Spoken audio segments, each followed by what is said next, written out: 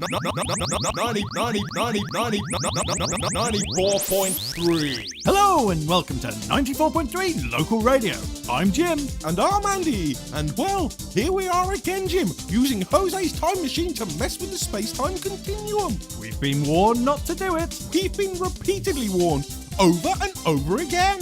by many and multiple different sources. But we don't care, do we, Jim? Do we, heck, Andy? Okay, here, let's give it a go. Ah! Oh my God, Andy! Ah! You've fallen into a temporal vortex. Ah! And on with today's show. 94.3. Just kidding, listeners. Yes, we were joking with you. Andy hasn't fallen into a temporal vortex at all. There's no such thing. But what we weren't joking about is our casual disregard for the many, many grievous warnings we've received about the dangers of using the time machine. That's right, Jim, because we're going to use it today to bring back the legendary pharaoh of the Egyptians, Tutankhamun, for an interview. Are you ready, Jim? I'm ready, Andy. Fire it up! Ah! Andy! Oh my God! What's going on? Who are you? I am Tutankhamun. I think my friend may have just fallen into your time stream. Your friend is dead now. I am here and ready for my interview. No. We've got to get him back. My men will have cut his throat the moment he arrived at my palace. He'll beg for his life. Then by now he will be a court prostitute. Either way, I have time for my interview. Come, Jim. So, what's it like being Tutankhamun? It is wondrous. It is glorious. It is beyond the measure of mere mortal men. What is it like being Jim from 94.3? It's pretty good, yeah. It is pathetic. Oh, okay then. So, when you were... You have proved my point. Okay. Do you want to do this interview? I want to do the interview. Or do you want to kick off? Because I can kick off if you want. Ha! I would like to see you try. Okay. Come here, you! Take that. Hey, Jim, what you doing here? I'm beating you! No. Come on! All right, let me help you. No. That's just right. Bring in your friends to help. Shut your face, you are. Oh, shit. I think we killed him. Ah, good, huh? I have always wanted to commit regicide. No, you don't understand. We killed him. We brought him back from history and we killed him. We've changed time. Well, how did he die in history the first time, huh? Well, no one knows. So what's the problem then, Jim, eh? No one knows how he died, huh? I tell you how he died. We killed him, and we dumped his body. Well, I suppose you've got a point. Yeah, that'll work. We use the time machine, take him back. And we dump his body. Yeah, hey, maybe we can even get Andy back. I will not bother to look for him, but you may if you wish. Oh, okay, Jose. Thanks. You may thank me. Thank you, Jose. You may thank me. Thank you, Jose. But you may not marry my daughter. But you said you gave us your blessing. This is before I read what you wrote on the toilet wall about the evil and nasty way you boastfully talk about how you sexually abuse the long-distance truck drivers and the fishermen who work out at sea, huh? Well, that's not supposed to be taken literally, of course. Jim, come now. Okay, it is supposed to be taken literally, but The wedding is off! But we must dump this man's body before he gets hard and stiff. Oh, I miss Andy. You know what he would have said if he were here? He would have said that this man's death had aroused him and made his penis grow hard in his pants, and you would have condemned him for it. Why do you miss this man? Well, because of that, I guess. 94.3. It's easy to get lost in modern cities, what with all the buildings and streets, but it's also easy to knock down and blow up walls with Stern's new street bazooka kits. Hate having to struggle with traffic to get home? Why not destroy someone else's home to make yourself a convenient shortcut? Don't like the neighbours? Don't have neighbours! Blow them all to hell! With Stan's new Street Bazooka Kit. Shells sold separately. 94.3. Welcome back to 94.3 Local Radio. Well, here we are, back in ancient Egypt, and if you're out there saying, hey, wait a minute, they've already used a time machine to go back to see the pyramids being built once, then you've revealed yourself to be the ignorant, uneducated buffoon that you really are, because the pyramids were actually built 1,000 years before the birth of Tutankhamun. Ah, yes. Tutankhamun. He built the pyramids, yes? Well, actually, no. He was born... He built the pyramids, yes? Yes, he built the pyramids, Jose. Say Tutankhamun built the pyramids. Tutankhamun built the pyramids. You are a fool! Even my dog knows this not to be true. They were built by the Anunnaki. They were built by the Anunnaki to power the spaceship that reached the moon to control the world! Okay, Jose, okay. That's what they are. You need to come to more of Michael McGuinness's lectures. He is a very wise and deceptive man. Okay, Jose, I'll be sure to do that. No, not wise. What is the word I look for? Ah, yes. Deluded. He is a very deluded and deceptive man. Much like you, Jim. Only a man. Thank you, Jose. You may thank me. May I?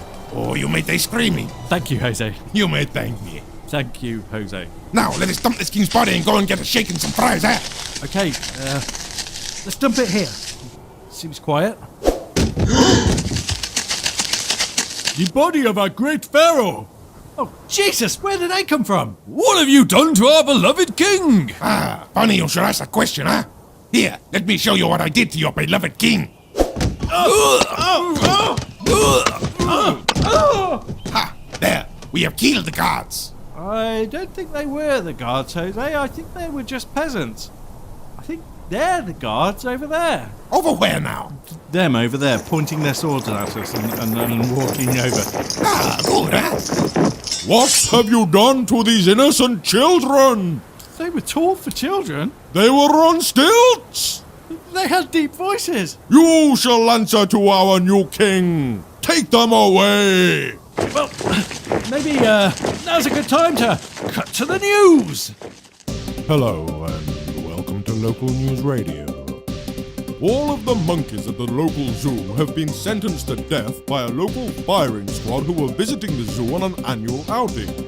The firing squad, who had no legal jurisdiction or reason to carry out the mass monkey massacre, was said to be bored by the attractions and had taken to drinking heavily just moments before they rushed into the monkey enclosure and began shooting all of the monkeys.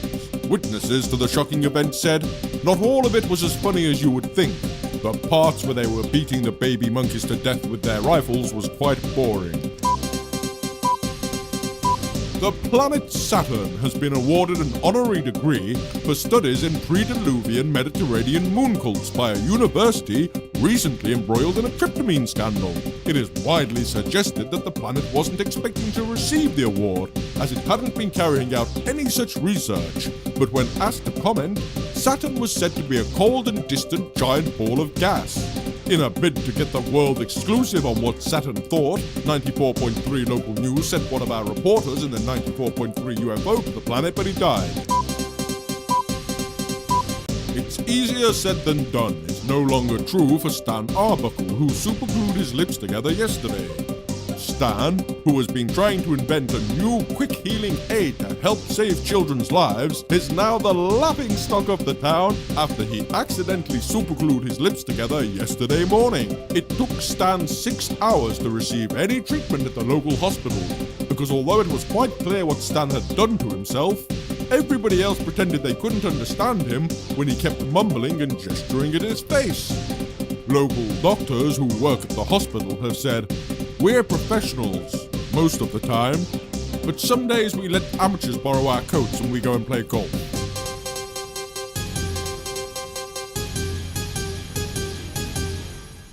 .3. Okay, welcome back to 94.3 Local Radio. I'm Jim. Oh, Andy? Oh yeah. And I'm here with Jose as we're being taken by ancient Egyptian guards into the Pharaoh's palace to meet the king, which is rather strange really because we killed the king not 30 minutes ago. Do not worry, Jim.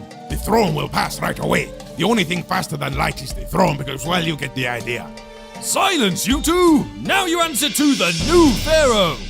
Pharaoh, Andy Pandy, Pudding and Pie!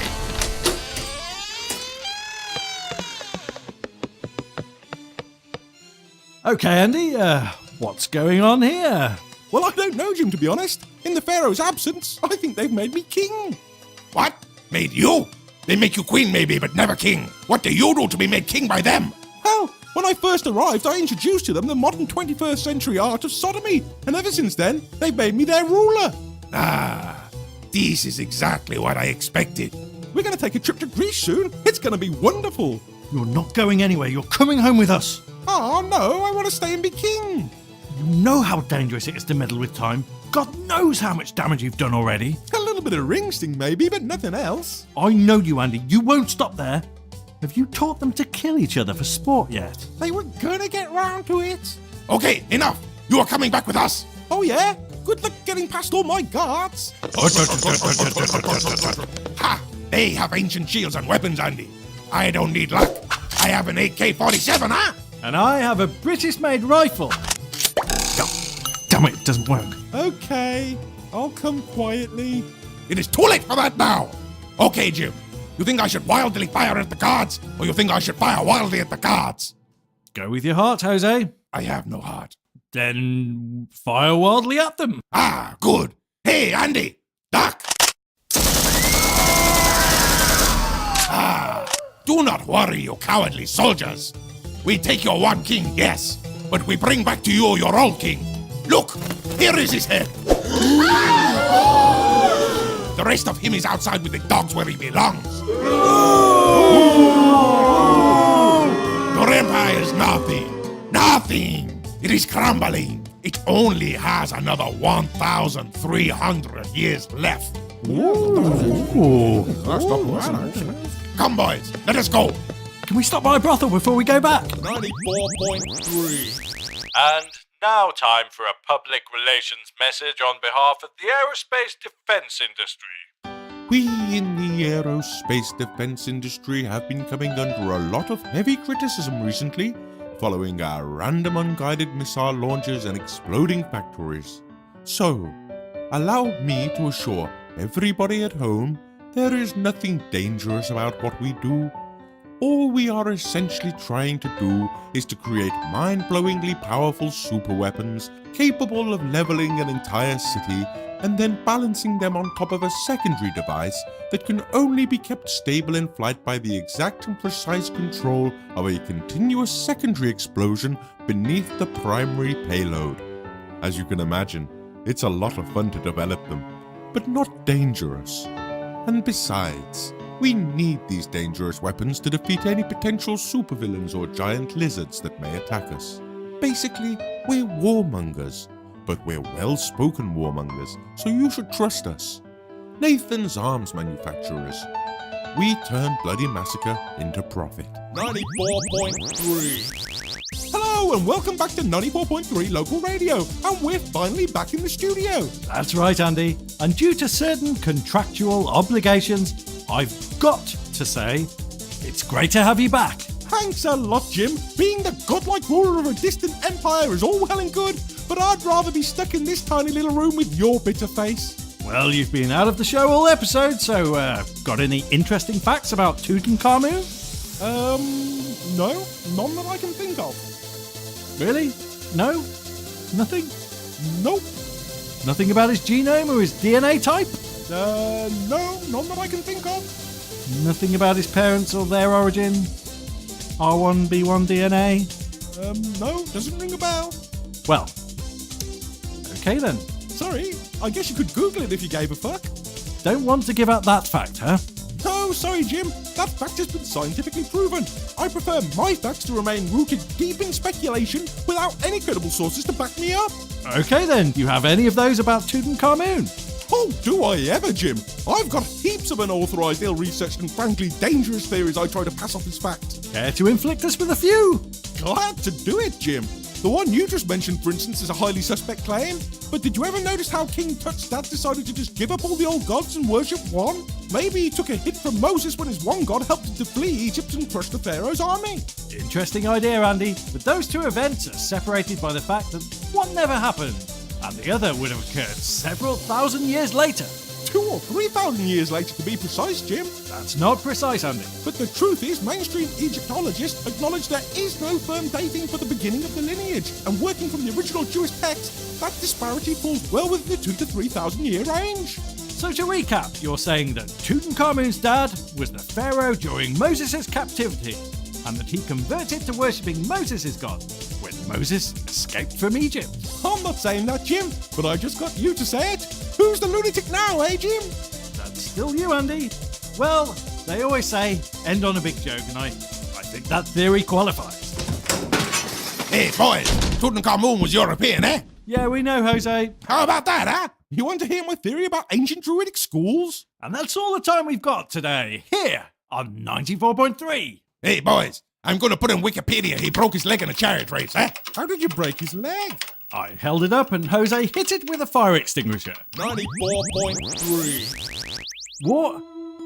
They call that an ending to their show? Hey, and welcome to the Lunchtime Crew. It's such a bunch of amateurs. I'm Stan Hardash. Alright, and I'm Wes Colton. We're not allowed to play with any of the fancy toys Jose lets the breakfast team use, like the time machine or the UFO. But for today's show, we've got our hands on Jose's high-speed, futuristic tunnelling machine equipment. And we're going to build a tunnel to Hawaii. Okay, Wes, let's start it up and get going. It's going. Oh my god, an alien! What are you two doing using this machine? Oh my god, a real-life alien. Do you work for Jose Mancini? Well, yes, we do. Then you must die! We told you not to use it again. I'd like to give a big shout out to Zog in the Corluster Stellar Peninsula, and a big hello, stop raping my anus to all the Anunnaki out there. Oh, it seems we've got a call. Hello? No, we won't. Oh. 94.3.